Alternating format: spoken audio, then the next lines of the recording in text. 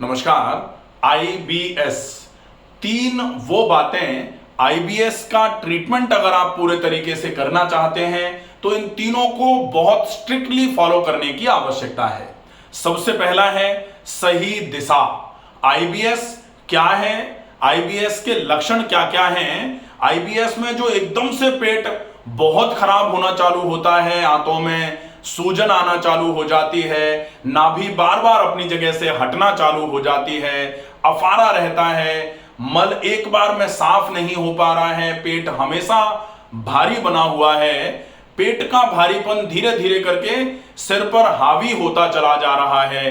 कहा जाता है आंत भारी तो माथ भारी, माथा भी भारी रहने लगा है। आपके सोचने समझने की क्षमताओं में धीरे धीरे करके कमी आने लगी है।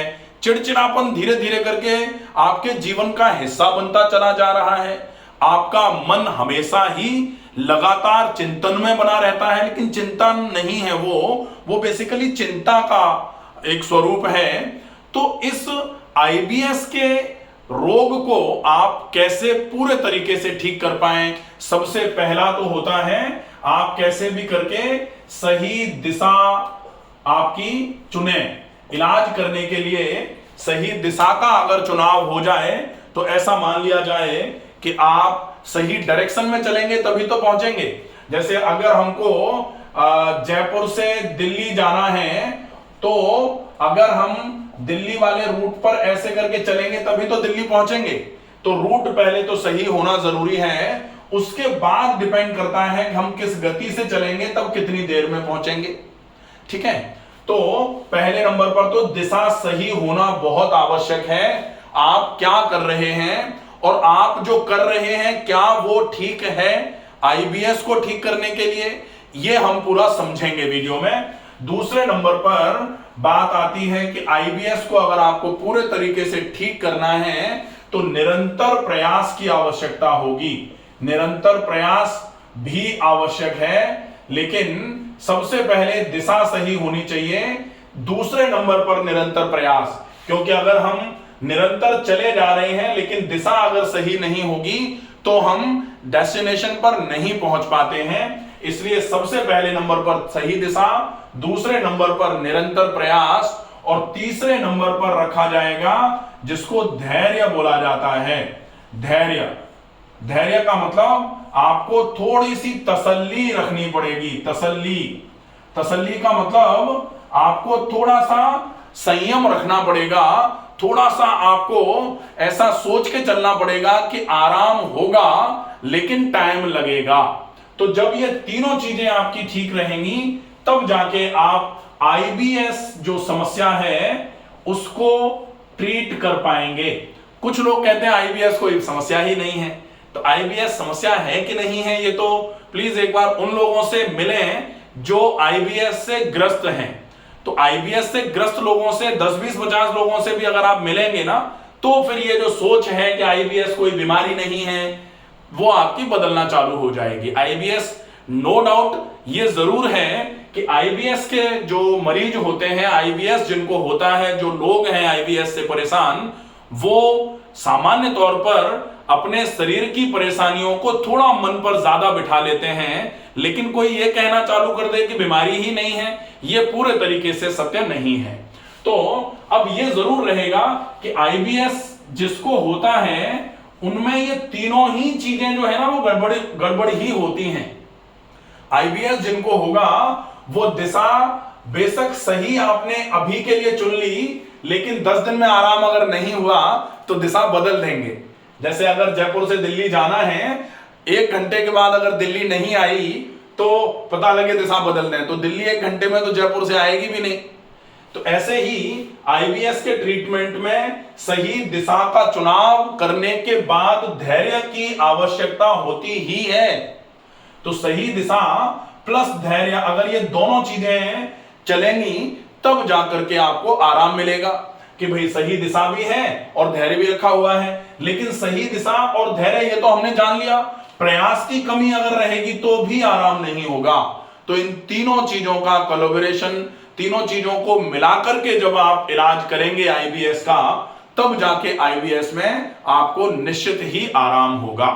अब हम देखें कि आईबीएस, अगर आपने ये तीनों चीजें समझ ली हैं तो इन तीनों चीजों में अब आप देखें दिशा की बात करें तो सही दिशा आईबीएस को ट्रीट करने की जो है, आईबीएस का मतलब क्या है, irritable bowel syndrome. Irritable bowel मतलब, इरिटेशन का मतलब होता है चिड़चिड़ी हो गई है कौन, बाउल्स। बाउल्स का मतलब स्मॉल इंटेस्टाइन्स और लार्ज इंटेस्टाइन्स। तो छोटी और बड़ी आंत जो है वो इरिटेट होना चालू हो गई है। अब आपको अगर इसको ठीक करने के लिए दिशा का चुनाव करना है तो दिशा कैसी होगी कि कैसे भी करके आप वो खाना बंद करिए जो आपकी इंटेस्टाइन्स को इरिटेट करता है। तो अगर इंटेस्टाइन्स को इरिटेट करने वाले खाने को आपको समझना है तो ये कभी कभी कुछ लोगों में थोड़ा डिफरेंट हो जाता है। जैसे बीमारी आईबीएस की ही है लेकिन मिस्टर एक्स को कुछ चीजें जो नुकसान करती हैं, जरूरी नहीं है कि आईबीएस की समस्या में मिस्टर वाई को भी सेम वही चीजें नुकसान करें।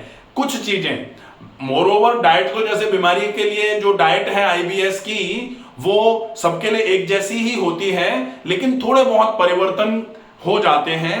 तो आपको ये जानना पड़ेगा कि आपके लिए कौन सी चीजें सुटेबल हैं और आपको कौन सी चीजें सूट नहीं कर रही हैं। इसके लिए सबसे पहले थोड़ा सा मन को शांत करके आप 5, 7, 10 दिन में थोड़ा जो भी खाते हैं उसके बाद के सिम्टम्स जांचना चालू कर दीजिए कि आपने लौकी की सब्जी और रोटी खाई थी ज्वार की, उससे आपको कैसा लगा, दूसरे दिन तक कैसा महसूस हुआ। फिर दूसरे दिन आपने लौकी की सब्जी और गेहूं की रोटी खाई, उससे कैसा लगा। फिर आपने तीसरे दिन लौकी की जगह सब्जी खाई आपने गाजर की और रोटी खाई आपने ज्वार की, तो कैसा लगा। तो आपको क्या खाने के बाद अच्छा लग रहा है और कौन सी चीजें खाने के बाद आपके पेट में फुलावट, पेट में अफारा आ जा रहा है, ये आपसे ज्यादा और बेहतर कोई नहीं जान सकता। तो आप अपनी डाइट को थोड़ा सा अलग से निकालने की कोशिश करें। सामान्य तौर पर अब लोग ये भी कह सकते हैं तो फिर आईबीएस की डाइट क्यों बताई जाती है। आईबीएस की डाइट जो है ना, जो सामान्य पथ्य है, जो स्पेसिफिक डाइट फॉर आईबीएस है, वो तो हो ही गई, वो तो है ही। जैसे मोटे आटे की रोटी खानी है, कोशिश करें ज्वार खा लिया जाए, रागी खा ली जाए, सब्जियों में लौकी, तोरई, टिंडा, परवल, ये सब्जियां ज्यादा मात्रा में खानी है, मिर्च मसाले नहीं खाने हैं, या फिर कोई गरिष्ठ भोजन नहीं करना है, जो भी खाना खराब हो गया हो उसको नहीं खाना है, बहुत ज्यादा मात्रा में नहीं खाना है, बहुत ज्यादा लेट नहीं खाना है।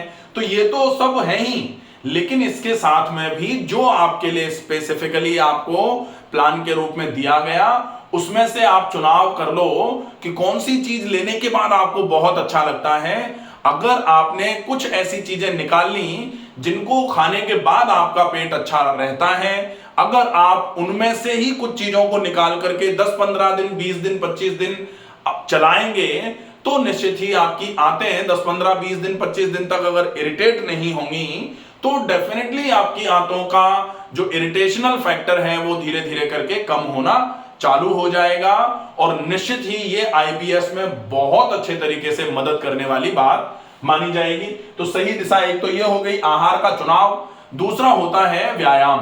तो सामान्य तौर पर आईबीएस में आंतें कमजोर हो जाती हैं, कमजोर आंतों पर अगर व्यायाम भी ज्यादा कर दिया जाता है तो वो भी नुकसान करेगा। इसलिए व्यायाम में भी आप बहुत स्पेसिफिकली ये देख लें कि आपके लिए कौन सी चीजें ज्यादा आवश्यक हैं। जैसे धीमी गति से टहलता है कोई थोड़ा तेज गति से टहलता है, और मेरे पास कई मैसेज और फोन कॉल्स आते हैं कि हम रनिंग करते हैं उसके बाद तो हमको और सिम्टम्स बढ़ जाते हैं। तो आप वही टहलना, तेज गति से चलना और रनिंग करना, इनमें से आपके लिए क्या सुटेबल है।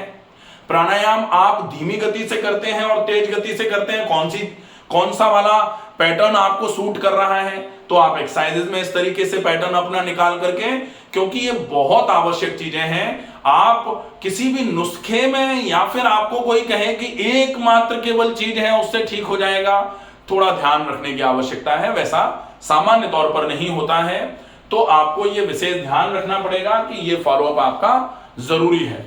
दूसरे नंबर पर निरंतर प्रयास। निरंतर प्रयास का मतलब है कि आपको कम से कम आईबीएस जैसी समस्या में कम से कम 1 महीने में कोई भी निर्णय आप लेने के कगार पर आ सकते हैं। आप चाहे 2 दिन में 3 दिन में आप अपने पैटर्न्स को बदलते रहें तो डेफिनेटली आराम नहीं मिलेगा।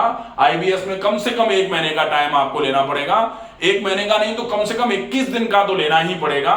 21 दिन में आप डिसाइड कर सकते हैं कि कुछ आराम हो रहा है कि बिल्कुल ही नहीं हो रहा है।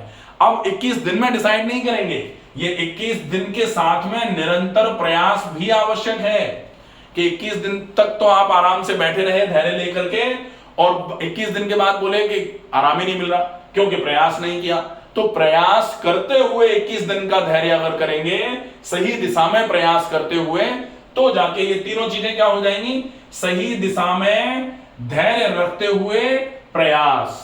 ठीक है, तो आईबीएस के लिए क्या जरूरी हो जाएगा, सही दिशा में धैर्य रखते हुए निरंतर प्रयास अगर आप करेंगे तो निश्चित ही आईबीएस में आपको बहुत अच्छा आराम मिलना चालू होगा। ये तीनों चीजें बताने का सिर्फ मतलब इतना सा था कि आप इन तीनों चीजों को सामान्य तौर पर दिशा में गड़बड़, प्रयास में भी क्या है, लोग थोड़ा थोड़ा करा, नहीं आराम हुआ तो फिर बदल देते हैं, वो गड़बड़, और धैर्य लोगों को सामान्य तौर पर यह बीमारी ऐसी है कि इसमें मन जो है ना वो बहुत चलायमान हो जाता है, मन स्थिर होना ही नहीं चाहता। तो आपको कैसे भी करके इस समस्या में मन को स्थिर कराने का प्रयास करना पड़ेगा, और मन को स्थिर कराने के प्रयास में अगर संभव हो तो आप अच्छे तरीके से व्यायाम पर मन लगाना चालू कर दीजिए। डेफिनेटली आपको बहुत अच्छा आराम मिलना चालू हो जाएगा। स्वस्थ रहिए, सुरक्षित रहिए। धन्यवाद।